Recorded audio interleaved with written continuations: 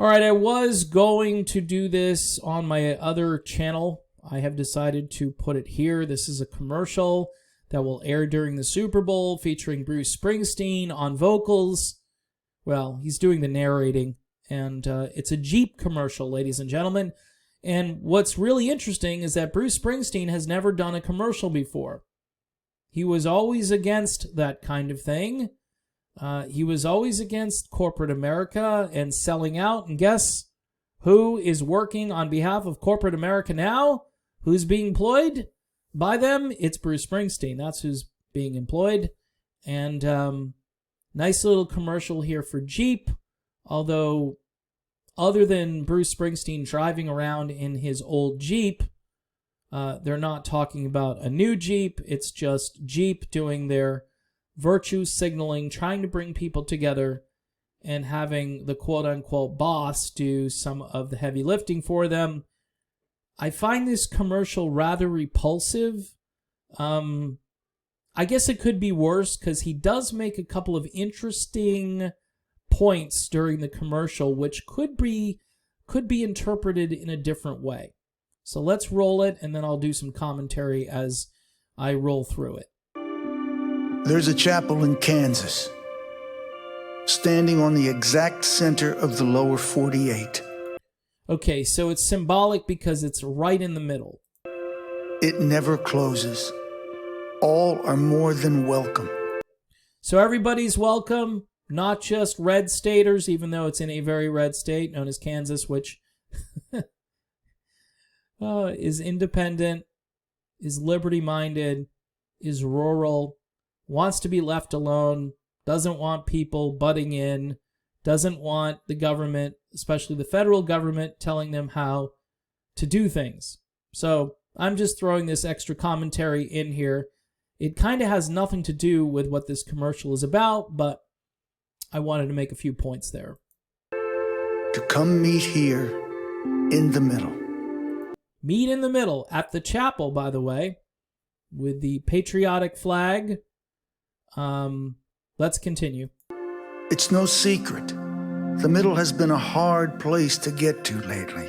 Between red and blue, between servant and citizen. Okay, between red and blue, which means obviously the political divide. And then he says something very interesting that I'm not sure his authoritarian bosses would appreciate. The difference between servant and citizen. Is that a little dig at politicians? Could be. They're supposed to be our servants. They're supposed to go to Washington and represent us. But yet there is a big divide between those two groups of people. Now, the guy he supported for president, Joe Biden, is going to make things worse and not better. And anybody who thinks otherwise is just buying into the platitudes that are in this commercial. Between our freedom and our fear. Between our freedom and our fear. Well, governments around the world, but here in the United States especially, have been scaring us now for about 12 months. People are locked in their houses. By the way, you're not supposed to go to Super Bowl parties. So Bruce, Jeep, not as many people are probably going to see this ad because, you know, the authoritarians, Dr. Fauci, shouldn't do that. No Christmas, no Thanksgiving. You know, put a mask on and so forth. Super Bowl Stadium in Tampa is going to be, I think, at 1/3 capacity for the big game. And then there'll be cutouts of people that you could purchase, and they might get on TV, which is just a slimy way to sell tickets to people who aren't even in the stadium. Just incredible.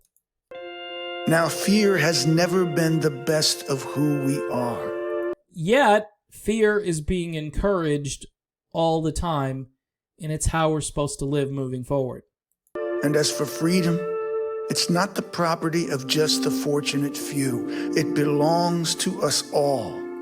Okay, again, not sure if Bruce knows what he's saying here, but there's some truth in that phrase. Again, the commentary mostly negative toward this commercial, but he makes the point that the people at the top are truly free. The people down below are not truly free or are lacking in freedom. And what he fails to recognize, though, the people he likes, the people he supports, all those people are authoritarians trying to take away freedom when it comes to those who aren't at the top of the food chain. Whoever you are, wherever you're from, it's what connects us. Whoever you are, wherever you're from, I'm Bruce Springsteen, and that's what connects us. Okay, Mayor Pete, thanks for that platitude. And we need that connection. Oh, we do need that connection, Bruce. We've needed that connection now for about a year with our loved ones, with our friends, with relatives who are in nursing homes. I could go on and on about those connections. Kids need to be connected with other kids. All of these people that you support teachers that don't want to get back to work. Even Mayor Lightfoot, or whatever her name is, from Chicago, Lightweight would be a better name for her, wants her teachers to get back to work, and they won't do it. Thus, the kids don't have that connection. And don't tell me for a millisecond that this virtual learning is going well. Parents still have to go to work, and they're hoping that Johnny will do their schoolwork. And Johnny shouldn't be left alone at his age, but guess what? People are being forced to do. Yeah, people need those connections, Bruce. Thanks for that update. We need the middle. We just have to remember the very soil we stand on is common ground. Okay. The Platitude Hall of Fame, we have now achieved 100% platitude rating. The soil we stand on is common ground. Yes, it sure is. And we need the middle. Well, no, what we need is common sense. And common ground can't be achieved, but we need common sense. We need democracy. We need a constitutional republic. I can go on and on what we truly need, but this commercial is vague, and it's supposed to make you feel good about where we are now on February 7th, 2021. So we can get there. We can make it to the mountaintop, through the desert, and we will cross this divide. Our light has always found its way through the darkness. Everything there was a platitude. Everything was a useless, meaningless platitude. Tony Robbins could do better. Joel Osteen could do better. Anyway, rolling it. And there's hope on the road up ahead. Why is there hope up on the road ahead? Why is that, Bruce? Just because? No. Let me get to the punchline of this commercial. It's coming up. Here it comes. To the reunited states of America. Okay, if you're a Trump person and you're watching this, your head's going to explode. For those who dislike the two-party system, your head's going to explode. So that's already a majority. Most independents, their heads are going to explode. This implies that because we have this new president who's signing executive orders, I don't know, much like, think of something that you're constantly signing, like checks. Writing checks.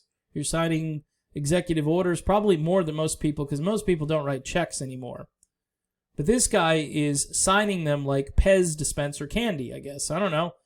Help me with that analogy. I don't have one. But close to 50 executive orders. And because he's now the president, this is what this commercial is saying. Because Joe Biden is now the president, our country is reunited. Thank you, Bruce Springsteen, for pointing that out. The road up ahead. The road up ahead?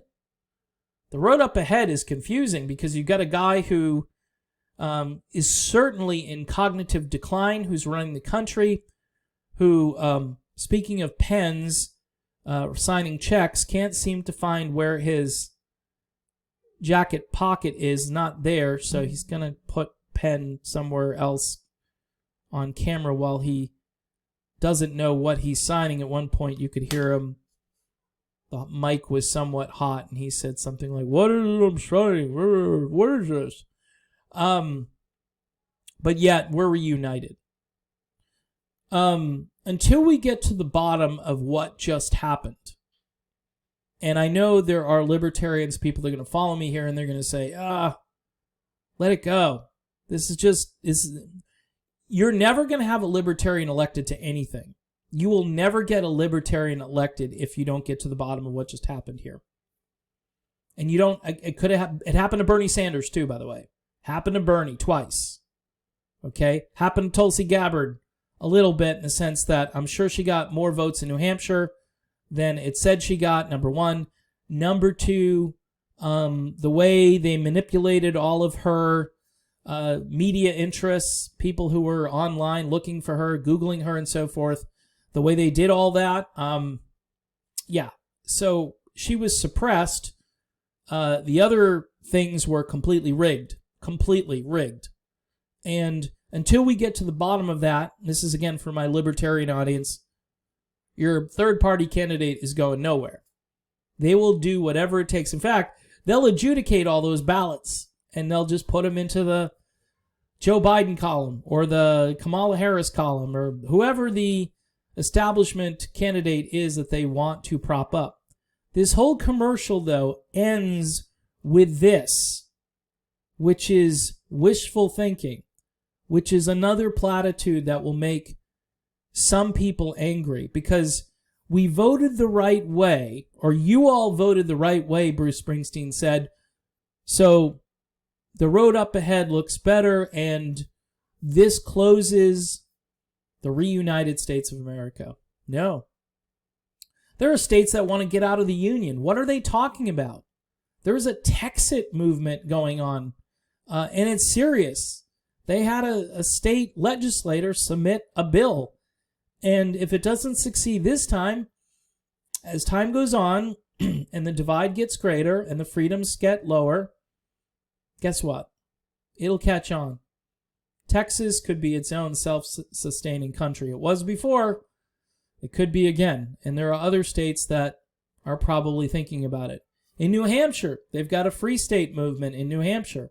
A lot of people might not know. A lot of libertarians are involved with that, moving to New Hampshire, trying to establish liberty in New Hampshire. And if enough people get up there and do their civic duty, vote the correct way, and support candidates that are for freedom and liberty, they might change the entire dynamic of New Hampshire and the country for that matter.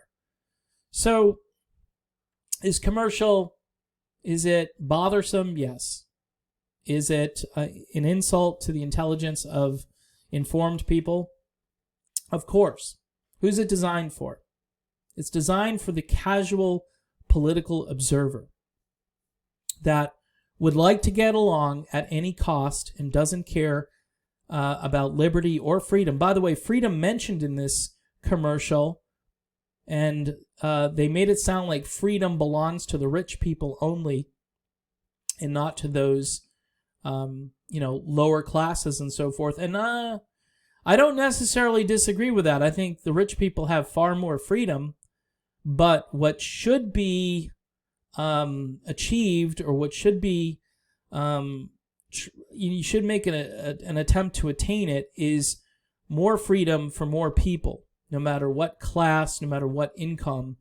And obviously, class warfare, kind of weird, but again, he's missing the mark, because the people he supported and would support the next election as well are people that are dividing and conquering the nation by race, by class, by pretty much every metric you can possibly come up with here. So that's my analysis of the Bruce Springsteen Jeep commercial.